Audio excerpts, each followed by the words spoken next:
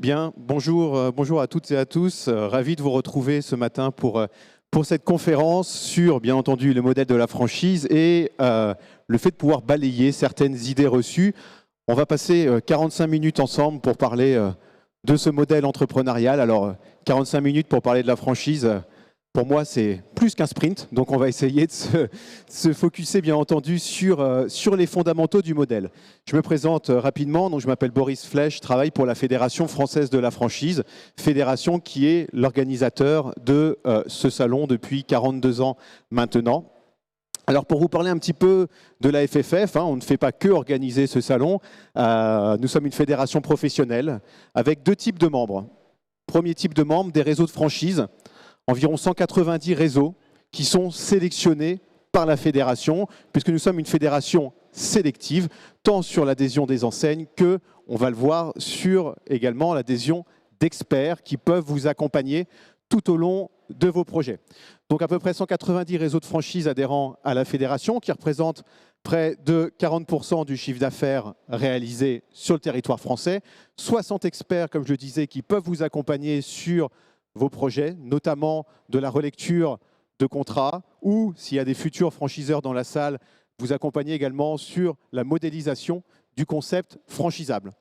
La FFF, comme je disais, est également donc l'organisatrice de ce salon. On a également d'autres services comme des services de médiation au sein de la fédération, des médiations entre franchiseurs et franchisés, mais également à destination des consommateurs. Et puis, nous avons également un organisme de formation qui s'appelle l'Académie de la franchise. Et l'Académie de la franchise, je vous en parle très rapidement, mais c'est un organisme de formation qui a pour vocation de former des futurs franchisés, donc des porteurs de projets comme vous, qui réfléchissent à créer ou reprendre une entreprise via ce modèle. On accompagne et on forme également de futurs franchiseurs, donc là des chefs d'entreprise qui ont créé un concept et qui réfléchissent à le développer en franchise. Et puis après, on a tout un catalogue de formations, bien entendu, pour les réseaux déjà établis.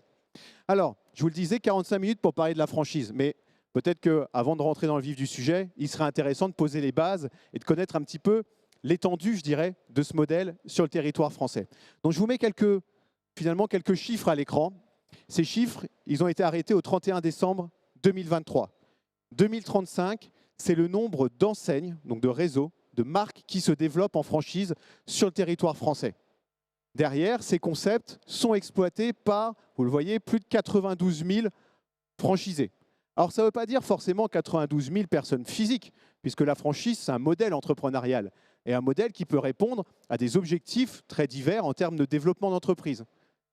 Et la franchise, ça offre aussi la possibilité pour ceux qui le souhaitent de partir sur l'exploitation de plusieurs unités, devenir ce qu'on appelle un multifranchisé, c'est-à-dire avoir plusieurs unités d'une même enseigne, ou un plurifranchisé, c'est-à-dire ne pas avoir mis tous ses œufs dans le même panier et être devenu franchisé de concepts différents. Donc là, finalement, 92 132, c'est le nombre d'entreprises franchisées sur le territoire français à fin 2023. Et on voit que c'est aussi en forte progression puisqu'il y a eu plus 9% par rapport à 2022. Troisième chiffre, 88,49, c'est en milliards d'euros le chiffre d'affaires réalisé par ces entreprises sur l'année 2023, là aussi avec une forte progression. Et enfin, la franchise, si on fait le cumul entre emplois directs et indirects, vous voyez, c'est plus de 950 000 personnes qui travaillent au sein de toutes ces enseignes et de tous ces magasins. Alors, si ça vous intéresse, vous voyez qu'on publie les chiffres depuis de nombreuses années à la fédération. Et ce qui est intéressant de voir, c'est que finalement, c'est un modèle qui est en croissance d'année en année, tant sur le nombre de réseaux, de marques qui se développent, que sur le nombre de franchisés qui exploitent. Et sur le chiffre d'affaires, bien évidemment. Si ça vous intéresse, tous ces chiffres, vous pouvez directement les retrouver sur le site internet de la fédération. Alors, le titre de la conférence était finalement casser un petit peu les idées reçues sur l'entrepreneuriat. C'est vrai que quand on pense à l'entrepreneuriat, souvent, on a pas mal d'idées reçues. Je ne sais pas si vous avez vu un petit peu notre campagne de communication. On travaille beaucoup justement là-dessus. Alors, je vous en cite quelques-unes, on ne va pas tous les passer en revue, mais pour devenir chef d'entreprise et lancer son concept, il faut avoir l'idée du siècle. Il faut être un expert de son métier. Il faut être bardé de diplômes ou encore être blindé de thunes. Finalement, tout ça, c'est faux. En tout cas, le modèle de la franchise, ça permet finalement d'entreprendre, même si ces conditions ne sont pas réunies. Avoir l'idée du siècle, Pas forcément, puisque justement, le modèle de la franchise va permettre de réitérer un concept qui a déjà fait ses preuves, qui a été calé, qui a été testé, éprouvé. Et on est là pour réitérer finalement le concept. Et bien entendu, réitérer un succès. C'est ça l'objectif à la clé. Être expert dans son métier, ce n'est pas forcément obligatoire, puisqu'on va le voir, le franchiseur, il sera là pour vous former, il sera là pour vous accompagner, et il fera de vous un expert.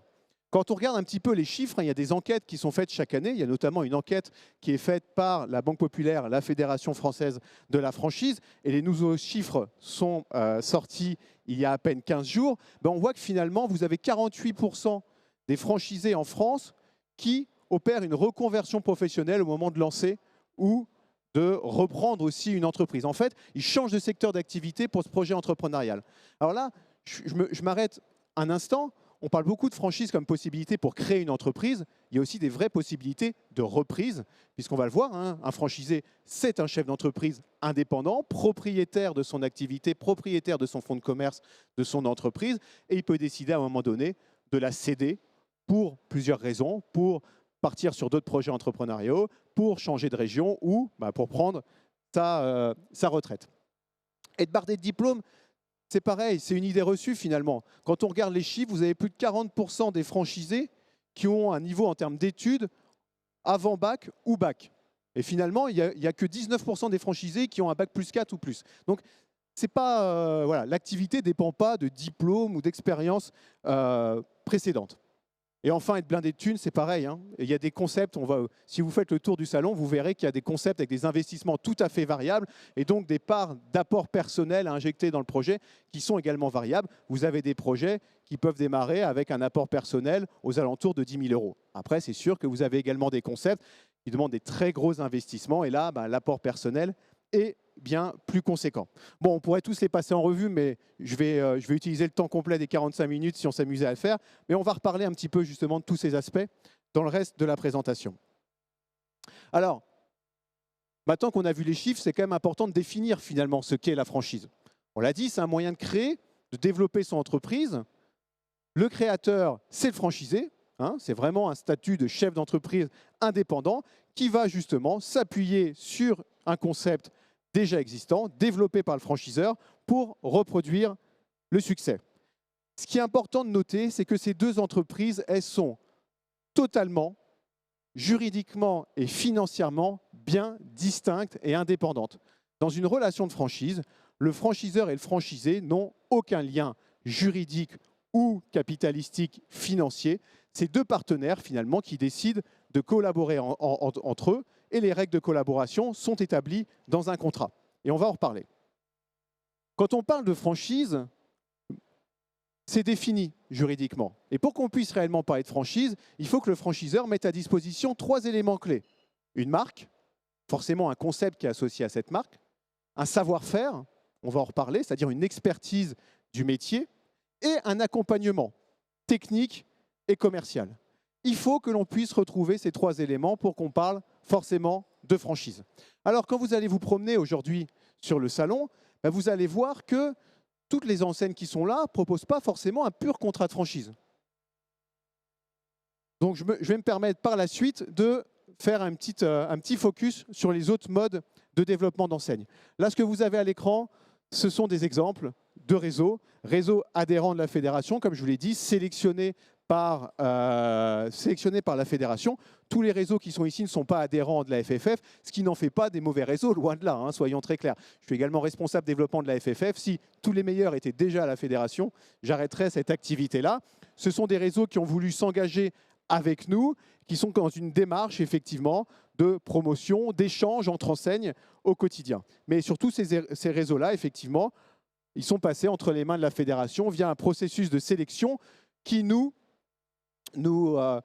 invite à regarder effectivement si le franchiseur a bien toutes les bonnes cartes entre ses mains pour bien jouer son rôle et pour bien accompagner les franchisés, et si la relation de franchise elle est équilibrée à tout niveau, au niveau contractuel, au niveau des engagements réciproques, au niveau du partage de la valeur, bien évidemment.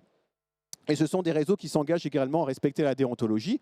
Encore une fois, c'est sûrement le cas pour plein d'autres enseignes qui sont sur le salon ou que vous pouvez contacter en dehors du salon. Maintenant, on ne l'aura simplement pas vérifié. Sur celle-ci, il y a eu la vérification qui a été apportée. Alors, je reviens un petit peu au cœur du sujet. Je vous le disais, sur ce salon, vous n'allez pas forcément rencontrer que de purs réseaux de franchise. Pourquoi? Parce qu'il y a plusieurs manières de développer finalement un réseau d'indépendants, je dirais. Et c'est divisé en deux grandes catégories, ce que j'appellerais le commerce associé et le commerce contractuel. Le commerce associé, vous avez des enseignes ici qui utilisent un modèle, ce qu'on appelle des groupements d'indépendants ou ce qu'on appelle également de la coopérative, qui est un petit peu différent de la franchise dans le sens où, dans les réseaux de coopératives, chaque commerçant, que l'on appelle d'ailleurs des adhérents, détiennent des parts du capital de la maison mère. En fait, c'est un modèle où l'ensemble des commerçants sont associés au sein de la structure mère. Ce qui est différent de la franchise, puisque je vous l'ai dit précédemment, il y a bien une distinction forte entre la tête de réseau, le franchiseur, et les unités franchisées sur le terrain. Donc ça, c'est un modèle, la coopérative, qui a cette particularité. Et puis, on va retrouver la franchise dans le cadre du commerce contractuel. Mais il n'existe pas que et uniquement que le modèle de franchise. Vous voyez qu'il existe des contrats dits de licence de marque, de concession, également de commission affiliation. Alors, malheureusement, je n'ai pas le temps de vous expliquer la différence dans le détail, donc je vais essayer d'aller un petit peu à l'essentiel. Ce qu'il faut retenir, quand on parle de franchise, je vous l'ai dit, il y a bien ces trois ingrédients, marque, savoir-faire et accompagnement technique et commercial, mais le cœur finalement de la relation de franchise, vraiment le cœur de la relation, elle tourne autour de la mise à disposition de ce savoir-faire. On va voir que c'est là aussi toute la plus-value de ce modèle-là. En licence de marque, le cœur finalement de la relation, il tourne autour de la mise à disposition d'une marque et d'un concept qui est lié bien entendu à cette marque. Ça veut dire que en licence de marque, il n'y a pas forcément, il faudra aller vérifier effectivement auprès des enseignes qui vous intéressent éventuellement, il n'y a pas forcément de transmission de savoir-faire, donc ça veut dire qu'il n'y a pas forcément de formation, de remise de ce qu'on appelle un manuel opératoire, il n'y a pas forcément non plus d'accompagnement technique et commercial sur le terrain au quotidien. Le cœur de la relation tourne autour de la mise à disposition d'une marque. En concession, le cœur de la relation, il tourne autour de la mise à disposition d'un produit. Souvent, vous avez une tête de réseau qu'on appelle un concédant, qui est soit un industriel fabricant des produits, soit l'importateur de ces produits sur un marché national, et qui souhaite travailler avec un réseau de concessionnaires pour la vente de ces produits auprès des clients finaux. Et là, le cœur de la relation, c'est bien la mise à disposition de ces produits. Ce que vous pouvez retenir de la concession, c'est que c'est un modèle qui est basé sur ce qu'on appelle un principe de triple exclusivité. En concession, le concessionnaire aura forcément une exclusivité géographique. Et sur cette zone géographique d'exclusivité, le concédant s'engage à ne fournir que lui avec ses produits, personne d'autre les aura. Et en contrepartie, pour toute cette gamme de produits, il s'engage à se fournir uniquement auprès du concessionnaire. Donc triple exclusivité, parce qu'il y a une exclusivité géographique, une exclusivité de distribution et une exclusivité de fourniture. C'est pareil en concession, il n'y a pas forcément non plus de notion de transfert de savoir-faire, il n'y a pas forcément d'accompagnement. La commission affiliation, maintenant, c'est un modèle qu'on le retrouve beaucoup dans les secteurs du prêt-à-porter, notamment dans les réseaux d'indépendants, dans les secteurs du prêt-à-porter. Ça peut fonctionner, nous on connaît des réseaux, on en a d'ailleurs à la fédération qui sont en franchise commission affiliation, dans le sens où on retrouve bien les trois ingrédients que l'on a cités. Seulement là, la distinction, elle se situe au niveau de la propriété du produit. Dans les réseaux de commission affiliation, vous avez une tête de réseau qu'on appelle un commettant, qui reste propriétaire de la marchandise.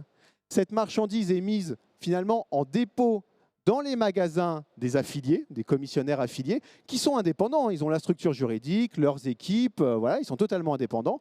L'affilié vend la marchandise au client final et il va être rémunéré via une commission sur les ventes réalisées. Voilà.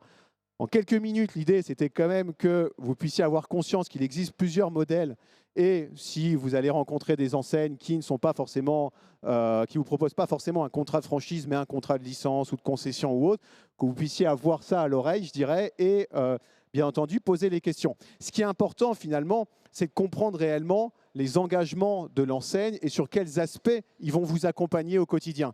Et ce qui est important également, bien entendu, avant de vous engager, on reparlera par la suite des petits conseils que je vous donnerai, bien entendu, pour faire le choix de l'enseigne.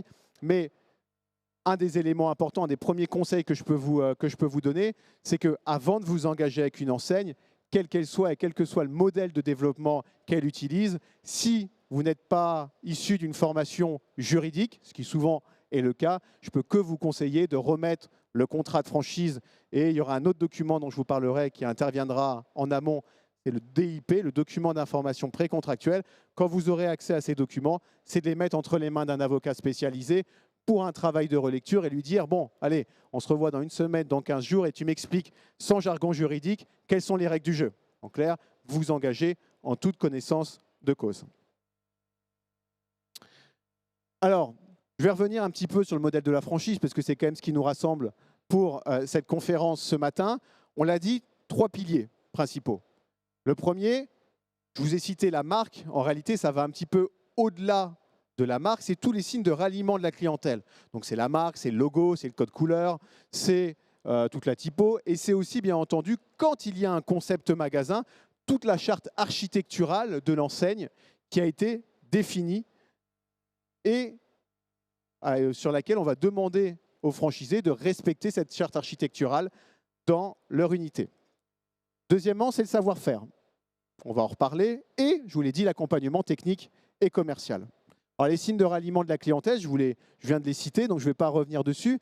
Tout le système d'identité visuelle, tout le concept architectural de l'enseigne, le franchisé, ou le ou la franchisée, bien entendu, va s'engager à le respecter. Et d'ailleurs, la charte architecturale du concept sera présente en annexe du contrat de franchise. Donc, il y a un engagement fort à respecter cette charte. C'est important dans le cadre d'un réseau de franchise, puisque l'objectif aussi de développer un réseau de franchise, c'est bien entendu d'assurer l'homogénéité de l'ensemble des unités partout sur le terrain. C'est aussi ce que vous venez rechercher en tant que consommateur ou consommatrice au quotidien. Quand vous rentrez dans une enseigne, c'est parce que vous savez ce que vous allez retrouver en termes effectivement d'offres, de produits, de services, d'ambiance, parce que ça peut faire partie effectivement de l'expérience.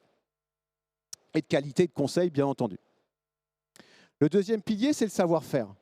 Alors le savoir-faire, c'est défini comme un ensemble d'informations pratiques, non brevetées, résultant de l'expérience du franchiseur, testé par celui-ci. Et ce savoir-faire, on dit qu'il doit être secret, substantiel et identifié. Alors, ce n'est pas évident, d'un point de vue extérieur, de définir ce qu'est finalement l'entièreté du savoir-faire d'une enseigne. On pourrait parfois à tort se dire, bah tiens, dans la restauration, le savoir-faire, finalement, ça tourne autour d'élaboration des recettes. Ce n'est pas uniquement ça. Savoir-faire d'une enseigne, c'est effectivement l'élaboration des recettes. Mais pour ces recettes-là, être capable de définir les bons ingrédients, être capable de trouver les bons fournisseurs, être capable de rentrer en négociation avec ces fournisseurs pour apporter les meilleures conditions d'achat auprès des franchisés. Le savoir-faire, vous voyez, ça touche à plein de domaines. C'est aussi être capable, pour les franchisés, de les accompagner à trouver le bon emplacement, celui qui coche toutes les cases pour que ça soit un succès au niveau de l'exploitation. Être capable de mettre en place les bonnes offres promotionnelles ou les bons messages en termes de communication sur les bons canaux à destination de la bonne cible de clientèle. Tout ça, ça fait partie finalement du savoir-faire d'une enseigne. Donc ça peut toucher, bien entendu, le domaine commercial, le domaine de la gestion, de logistique, technique. C'est vraiment une entièreté, le savoir-faire d'une enseigne. Et ce savoir-faire, comment il est transmis? Il est transmis par la remise de ce qu'on appelle un manuel opératoire. Alors, je vous rassure, vous allez peut-être entendre d'autres termes. Hein. Chaque réseau a un petit peu son vocabulaire. Ça peut être un manuel de savoir-faire, un manuel de procédure. Bon, peu importe, on parle bien de la même chose. Un document dans lequel l'ensemble du savoir-faire, des process, des outils, des techniques qui ont été testés et qui ont fait leurs preuves sont détaillés et inscrits noir sur blanc. Seulement, il y a un deuxième outil qui participe à la transmission du savoir-faire, c'est de la formation. Parce que si demain, vous vous intéressez à une enseigne dans laquelle qui est active sur un secteur d'activité dans lequel vous n'avez aucune expérience, qu'on vous remet un document, un manuel opératoire de 350 pages en vous disant « Voilà, vous avez tout, bon courage, on passera vous revoir dans quelques mois », je pense que le démarrage risque d'être un petit peu compliqué. Donc, il y a de la formation initiale également qui est mise en place par le réseau, avec une part généralement théorique et une part pratique sur le terrain pour réellement apprendre le métier et être certain que vous maîtrisez tous les aspects du métier avant de vous laisser démarrer. Maintenant, c'est une bonne question à poser au réseau que vous allez rencontrer sur cette formation. Quel est le contenu? Quelle est la durée? Et quel est le mix entre théorie et pratique sur le terrain? Il faut que vous vous assuriez que la formation est suffisante pour que vous sentiez effectivement de démarrer derrière l'activité. Alors ce savoir-faire, on dit qu'il doit être testé. Et dans la majorité des réseaux de franchise, vous allez avoir ce qu'on appelle des sites pilotes, qui souvent, finalement, sont les premières unités du réseau. Souvent les magasins ou les agences un petit peu historiques. D'accord ? Ce site pilote, il a plusieurs objectifs. Premièrement, c'est de prouver la réussite du concept et la maîtrise du savoir-faire du franchiseur. Ça permet également d'améliorer le modèle par un retour terrain direct. Si le franchiseur, lui, il exploite l'activité, il est face à la clientèle, c'est quand même une meilleure expérience pour demain faire évoluer aussi son concept. Forcément, le métier de franchiseur, le métier de commerce, on fait évoluer ces concepts régulièrement pour qu'elle puisse toujours répondre, que le concept puisse toujours répondre aux attentes de la clientèle sur terrain. Donc l'offre, elle est régulièrement adaptée, l'offre de produits ou de services est régulièrement adaptée. Ça permet d'attester la rentabilité du modèle, bien entendu, et de sa viabilité. Ça sert de vitrine de performance du réseau et puis surtout, ça sert également de centre de formation pour les nouveaux franchisés qui arrivent dans le réseau et qui ont besoin effectivement d'apprendre le métier sur le terrain. Le troisième pilier, c'est de l'accompagnement. Accompagnement qui est dit technique et commercial. Et en fait, pour pouvoir réaliser cet accompagnement, le franchiseur, qu'est-ce qu'il va mettre en face? Il va mettre des fonctions support, approvisionnement, marketing, communication, dans certaines activités, un service juridique éventuellement, dans d'autres, des cellules techniques qui sont là pour accompagner les franchisés, et également de l'animation de réseau, c'est-à-dire des animateurs ou des animatrices de réseau qui sont là pour vous accompagner au quotidien dans l'exploitation de votre concept. Ils sont une sorte de coach finalement pour vous amener vers la performance, faire en sorte que vous soyez à l'aise dans l'exploitation de l'activité et performant économiquement. Cet accompagnement, il a lieu aux différentes phases finalement de la relation avec le franchiseur. Bien entendu, il y a un accompagnement au montage du projet qui est opéré par le service développement de l'enseigne.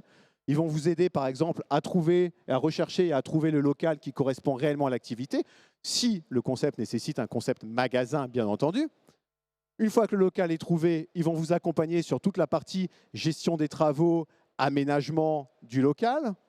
Ils vous accompagneront également sur la recherche du financement. Voilà, ils peuvent même avoir parfois lié des partenariats avec des banques ou des réseaux de courtiers. Ça, c'est votre liberté d'avancer avec ces partenaires ou non. Vous êtes chef d'entreprise indépendant, donc vous prenez vos propres décisions à ce niveau-là. Une fois que le projet est prêt, que tout est mis en place et que c'est l'heure de démarrer, de se lancer dans l'activité, c'est pareil. Généralement, vous n'êtes pas laissé dans le grand bain tout de suite, tout seul. Il y a un accompagnement qui est réalisé à l'ouverture, c'est-à-dire que le franchiseur, il envoie ses équipes dans l'unité franchisée sur les premiers jours d'ouverture. Ça sert à vérifier que tout est bien en place, tout est bien prêt, que le logiciel de caisse il fonctionne bien, que les équipes sont bien rodées, que le magasin, tout est bien mis en place. On ne va pas se mentir aussi, ça sert à rassurer le franchisé qui démarre en se disant « Attends, t'inquiète pas, on est là avec toi, tu pars pas seul ». Ça, c'est une bonne question aussi à poser aux franchiseurs. Est-ce que vous proposez un accompagnement à l'ouverture? Et si oui, ok, vous venez combien de temps? Avec qui? Et quels sont vos rôles finalement pendant ces premières journées?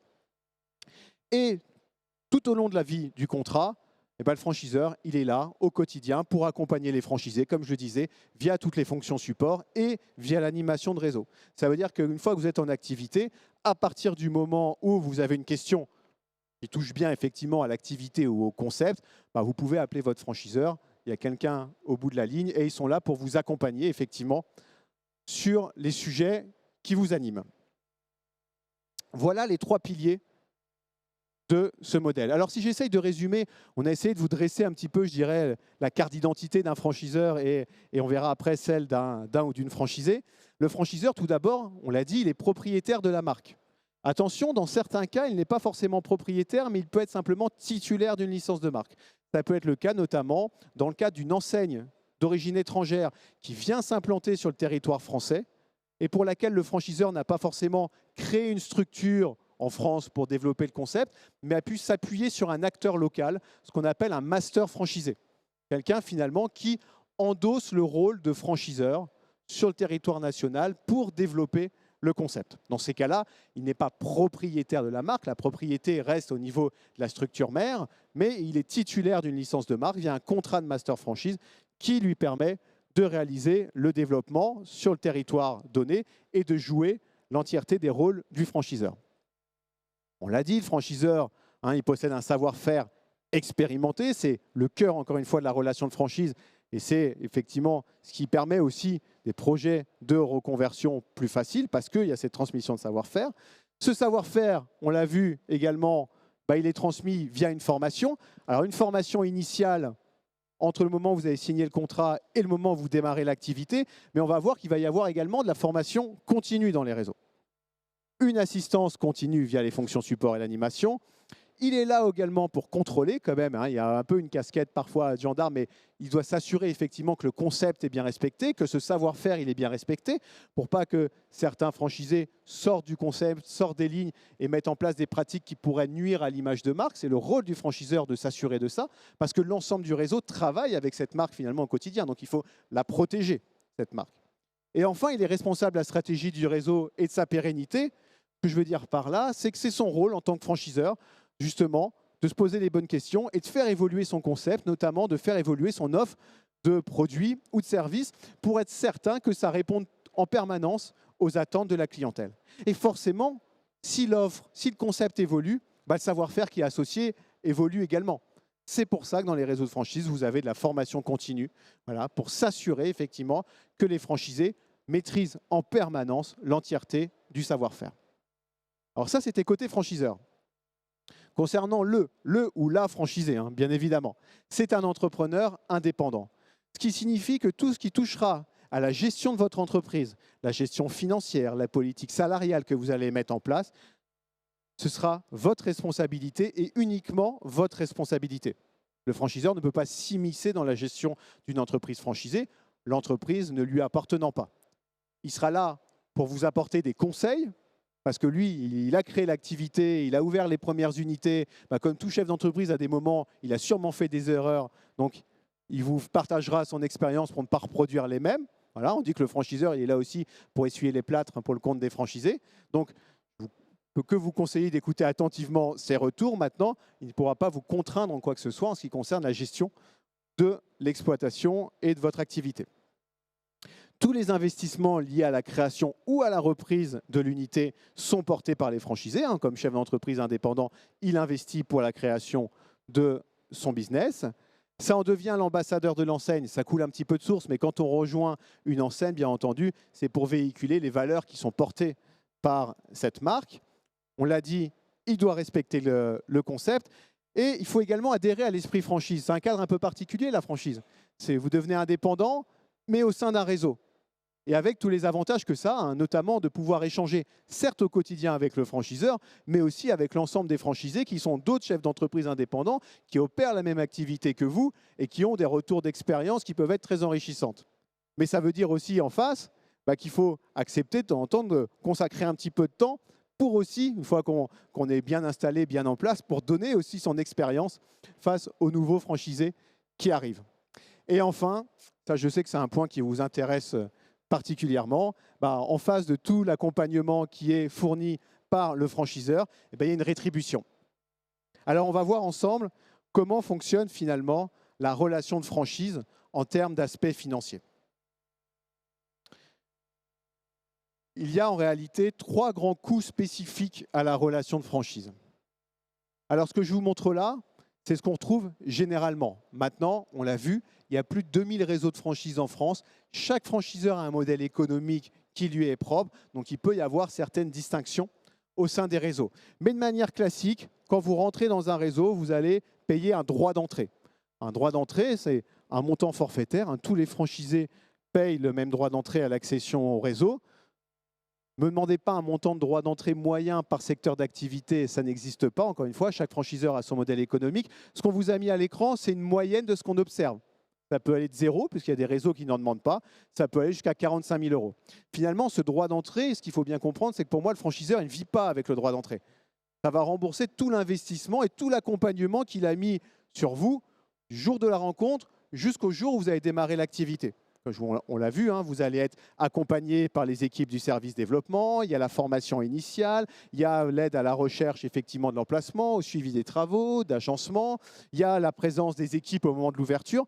Voilà ce que finance ce droit d'entrée. Alors il y a des réseaux qui n'en demandent pas, il n'y a pas de mal à ça, mais je pense qu'il faut bien comprendre que s'ils ne se remboursent pas à ce niveau-là, ça veut dire que forcément c'est impacté ailleurs et potentiellement sur le pourcentage de royalties. Je ne suis pas là pour dire qu'il y a un modèle qui est mieux qu'un autre, vous l'avez bien compris. Maintenant, j'attire juste votre attention sur un droit d'entrée, c'est du one-shot. Ça se paye une fois l'adhésion. Les royalties, on va le voir, c'est du récurrent, potentiellement tous les mois. Un franchiseur, au quotidien, vit avec le versement de royalties ou de redevances, qui, dans la majorité des cas, sont calculés sur un pourcentage du chiffre d'affaires, hors taxe bien entendu, réalisé. Alors, je vous ai mis entre 2 et 10%. C'est une fourchette qui est large, hein. Ça va dépendre du secteur d'activité, ça va dépendre également des marges dégagées par l'exploitation de cette activité.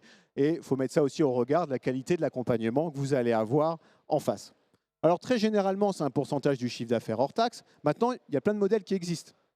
Vous avez des réseaux qui fonctionnent encore au forfait, voilà, avec un montant fixe à payer tous les mois. Vous avez des modèles mixtes avec une base fixe et une base variable. Vous avez des réseaux qui sont sur un pourcentage du chiffre d'affaires mais avec un modèle dégressif. Voilà. Plus vous faites de chiffre d'affaires, plus le taux de royalties baisse. Par exemple, ça peut être 5% jusqu'à 500 000 € de chiffre d'affaires et en dessous, ça descend à 4%. Voilà. Vous avez également des réseaux qui ont un modèle calculé sur le pourcentage du chiffre d'affaires réalisé, mais avec une aide au démarrage où ils vont soit minorer, soit geler les royalties les premiers mois pour vous aider à démarrer, le temps de faire un petit peu de trésor, etc., avant de basculer sur le modèle classique. Vous pouvez avoir des réseaux qui vont vous demander des royalties qui sont très faibles, voire proches de zéro parfois, mais qui ont un autre modèle économique puisqu'ils se payent finalement sur l'approvisionnement en matières premières qui vont vous fournir. Ce qui est important, c'est de comprendre finalement comment fonctionne l'enseigne, comment fonctionne ce modèle économique et ce dont vous avez droit finalement en face. Et puis, il y a un troisième coût qui est spécifique à cette relation, qui est ce qu'on appelle les redevances pour communication ou pour publicité nationale. Comme leur nom l'indique, c'est une somme qui est allouée à la communication nationale de l'enseigne. Là, en fait, le franchiseur, il joue un rôle de collecteur. Il vous dit, confiez-moi du budget. On va mutualiser finalement ce budget, ce qui va nous permettre d'avoir de plus gros moyens pour aller faire des campagnes de communication de plus grande envergure et donc plus impactantes vis-à-vis de la clientèle.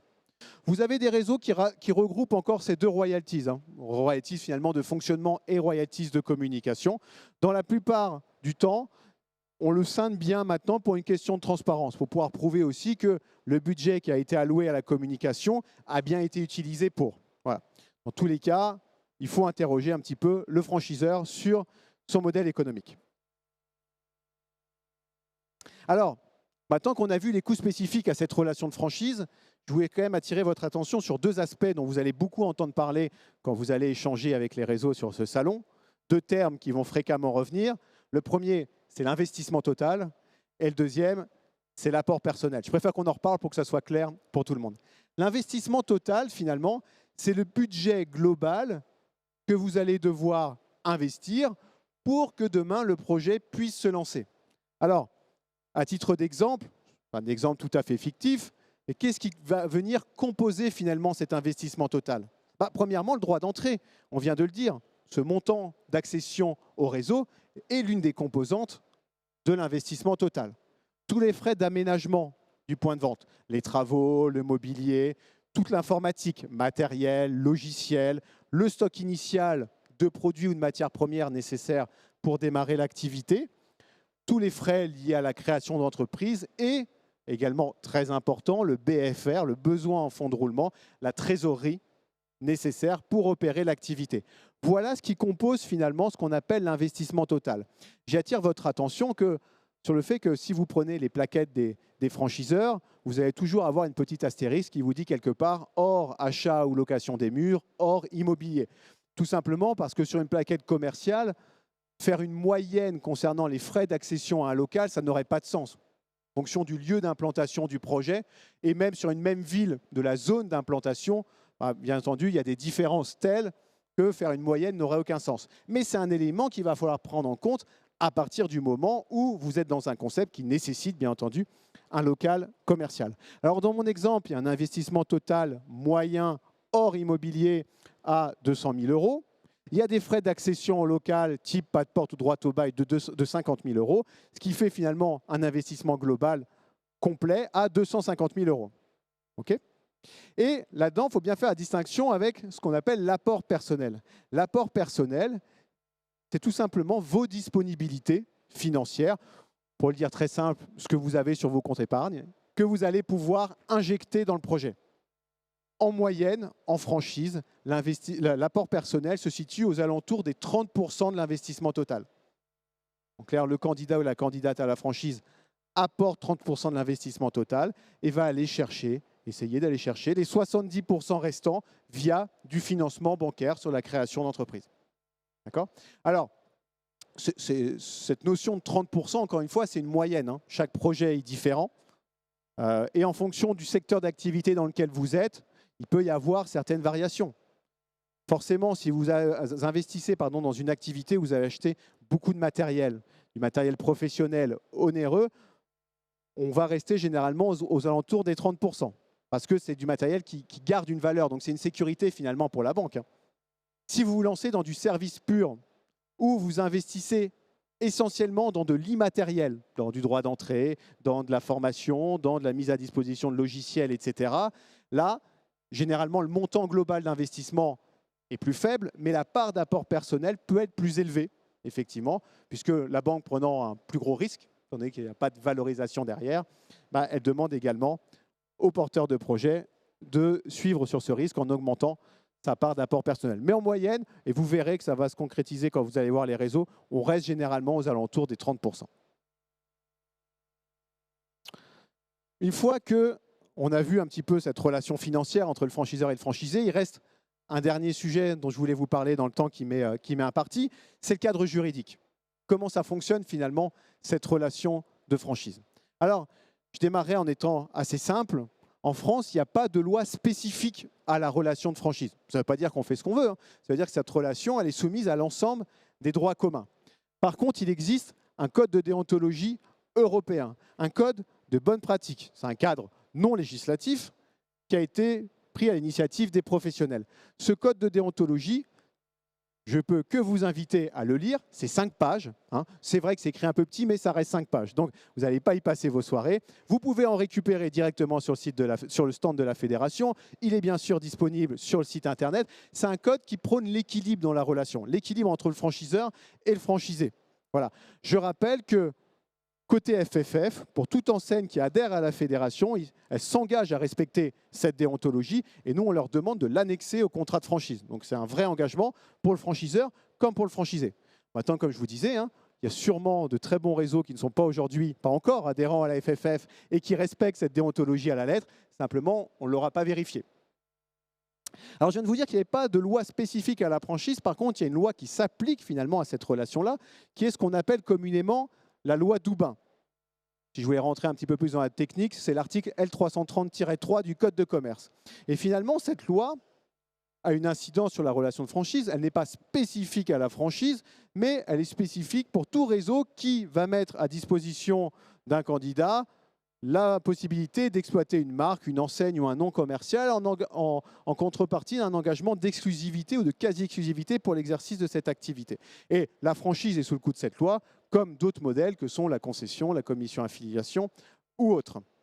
Ce que dit finalement cette loi, c'est que l'enseigne a une obligation légale de remettre à tout candidat ou candidate à la franchise minimum 20 jours avant la signature du contrat, un document qui s'appelle le document d'information précontractuelle et qui doit lister des informations très précises fixées par cette loi. Alors, c'est pareil, malheureusement, dans le temps qui m'est imparti, je n'ai pas le temps de détailler le contenu d'un DIP, mais on va retrouver des informations sur la structure de la société franchiseur, sur la propriété de la marque, sur l'état de marché, sur le descriptif, effectivement, de l'ensemble du réseau du franchiseur, succursales, autres franchisés qui ont quitté le réseau les 12 derniers mois.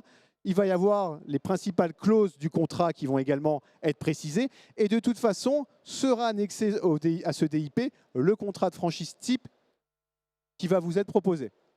Voilà. Alors, la remise d'un DIP, ça ne vous engage à rien à part confidentialité. Ce n'est pas parce qu'on vous remet un DIP que 21 jours plus tard, vous allez devoir vous engager avec le franchiseur. Et ça ne l'engage pas non plus d'ailleurs. C'est vraiment un minimum d'informations et un minimum de temps de réflexion fixé par la loi en faveur des candidats ou des candidates à la franchise.